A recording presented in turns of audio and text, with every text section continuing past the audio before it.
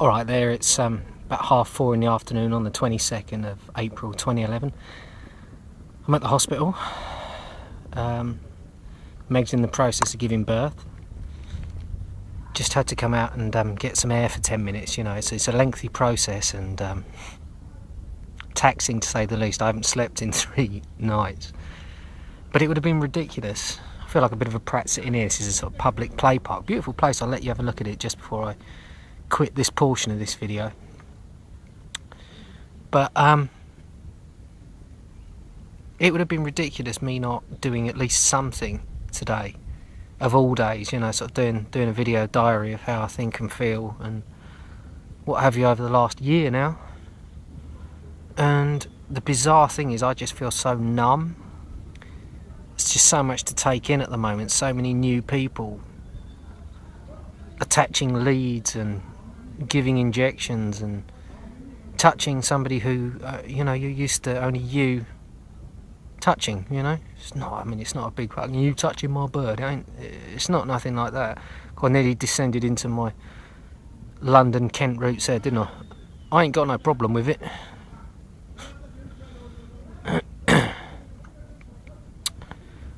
But yeah, fucking weird, really is. Meg's decided to have an epidural, but she's had so much pain and hassle for the last 3 days now. Last night I slept on the floor. She was in pain all night. It was a tough one, it really was. And she went to see the midwife this morning, and she recommended, yep, get straight to the hospital as soon as you want to. And things are happening. It looks like today's the day, you know. To say she's up, I can't remember if I've said already, but she's opted for an epidural. She's had 3 nights. The body goes into a kind of shutdown where it won't continue with labour. She wanted to do it naturally, and, you know, fair play to her for admitting she couldn't. The body goes into shutdown, and if you're not well rested enough, the body won't let labour commence. And she's so fucking tired and just exhausted. She feels like she's really let herself down and let her child down, let me down.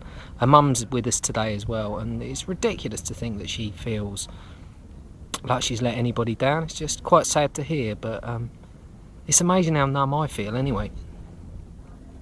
You know, you'd expect sort of emotions to be running high, but there's just so much to take in that you end up concentrating a lot on what you think and feel. Maybe not a good situation, but you know, that's the reality of it. But anyway, I'm gonna shut this off now. I'll update this a little bit later, or fuck knows what I'm gonna have to say later on. But I'll show you exactly where I'm sitting. It's a beautiful place. Lovely to be in hospital grounds like this, I can tell you. But yeah, feels weird having just said all that, but I'm not really aware of what I've just said or done. I'm so fucking tired. I'm spaced out beyond belief. If you could buy some kind of illicit drug to give you the feeling of detachment that I've got at the moment after having not slept for 2-3 nights, make a fucking fortune, I'll tell you. Anyway, check the place out, it's beautiful.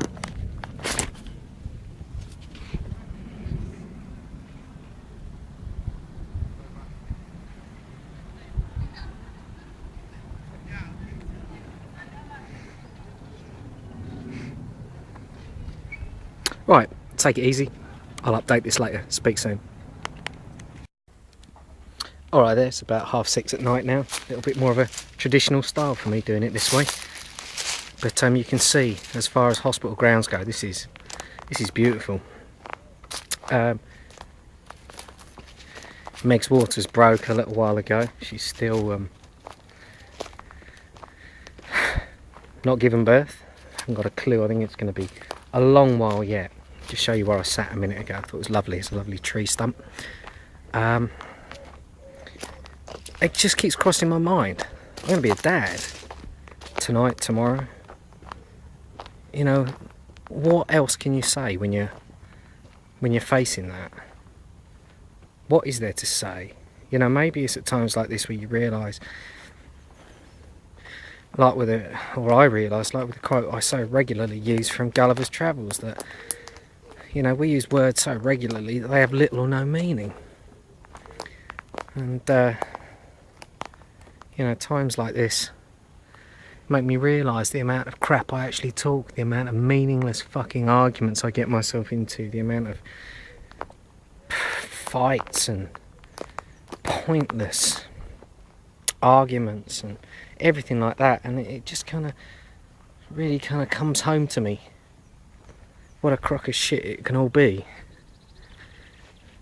You know, I think that the old phrase of the devil finding work for idle hands, the only reason at the moment I've got time to have all these stupid fucking arguments with people online is because there's a lot of time on my hands for various reasons, you know. And all I can say is it's a bit of a crying shame really what we let ourselves become sometimes, and I can safely say, fuck, I love that tree. I hadn't looked at it from any other angle. I just actually sat under it and spoke to my mum. It's a rook's nest up the top there, crow's nest, absolutely lovely. But sometimes I kind of look at what and who I've become and realise I'm such a, for all of my attitude and opinions of people having too much time and saying the wrong things and thinking and feeling the wrong things as far as I'm concerned, I just realise that in having an awareness and a perception of people being like that, I'm just as bad myself.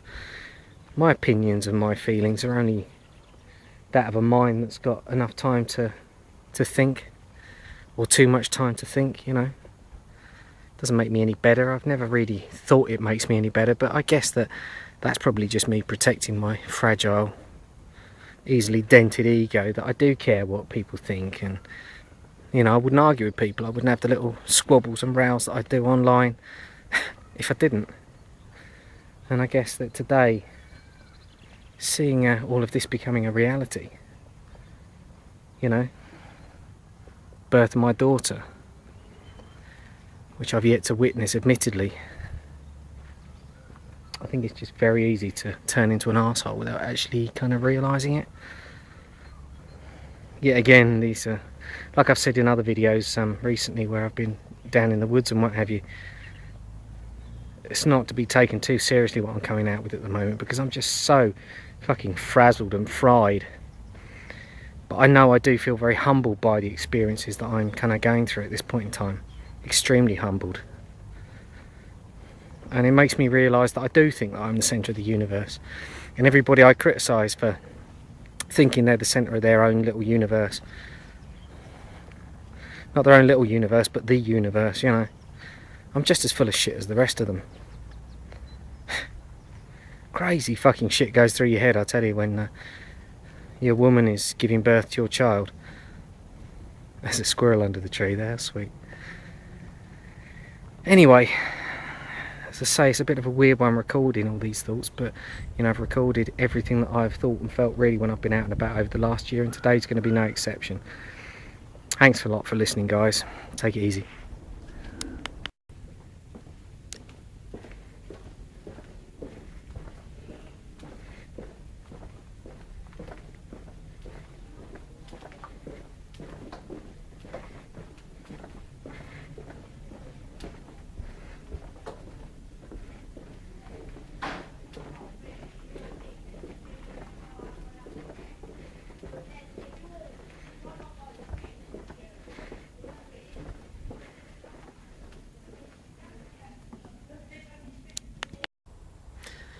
Nine at night now.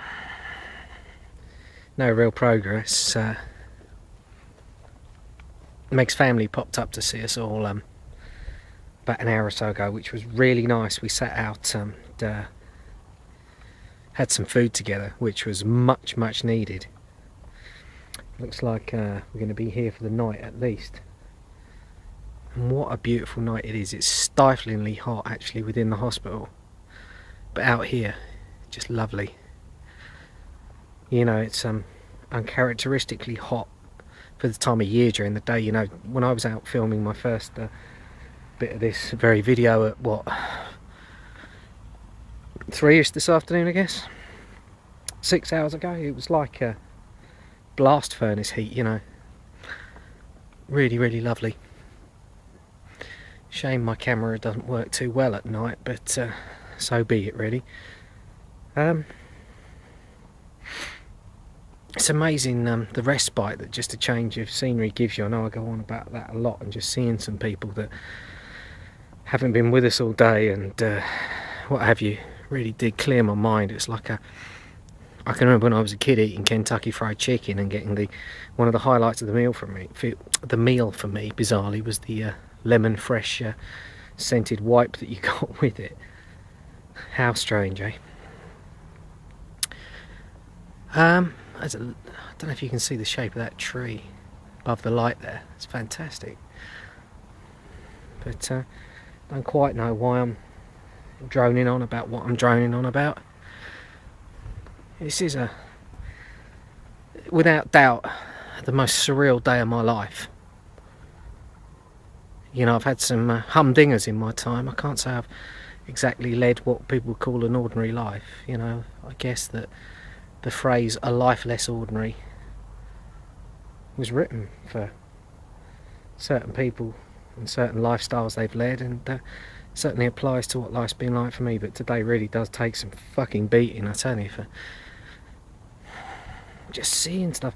You know, this blanket mistrust that I got involved in with, you know, my beliefs and sort of feelings about the way the world's turning. Just seeing looking back and thinking about how this blanket mistrust of the National Health Service and everything like that, and actually seeing the wonderful souls that I've come across today who really do work fucking hard and keep their humour and keep their integrity and keep their decency in the face of some pretty difficult circumstances and situations. It's not black and white. Yep, there's aspects of everything in this world that are negative and not quite as they're cracked up to be, etc, etc, you know, but there's some fucking good people doing some pretty odd jobs. You know, it's like I always think that, you know, there's the people who join the army and the police for fucking good reason, because they want to make this world a better, safer place. You know, it's not their fault that they've been fed a lie all their lives, or arguably fed a lie.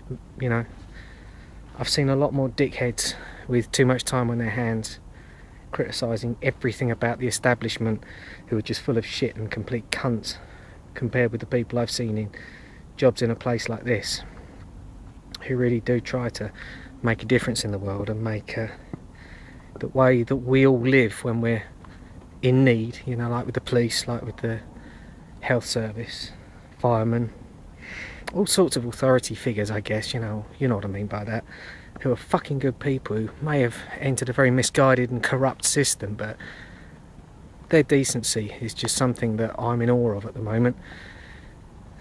Anyway, more later. Take it easy. I come out and about from the hospital about 10 at night, and it's made me think about all the faces I've seen wandering around the hospital today. Just those average people on the street, you know, not the people in uniform. It's really made me think about, you never know what somebody's going through, you know. You never know why they're there. You never know what could potentially be going on in that individual's life. You know, are the tears that I just witnessed, are they joy or are they agony?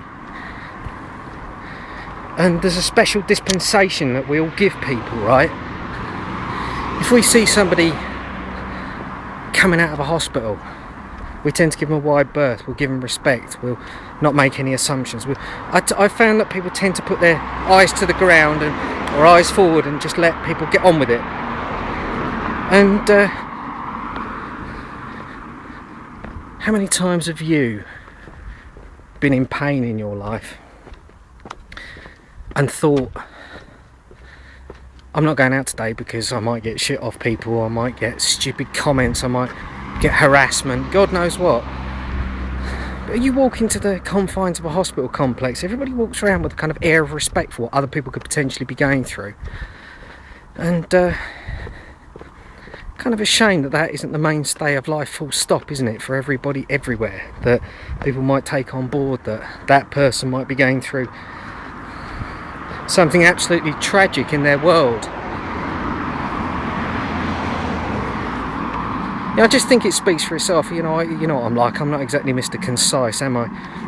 And I think I've said enough about it, really. But you know, maybe I've learnt a lesson today. We're seeing all the people wandering around just looking as average and normal as they do on the street. Who knows what the fuck they're potentially facing or what they've been through, be it joy or agony, you know. Anyway, I just thought I'd share that on this most bizarre of nights in my life. Cheers.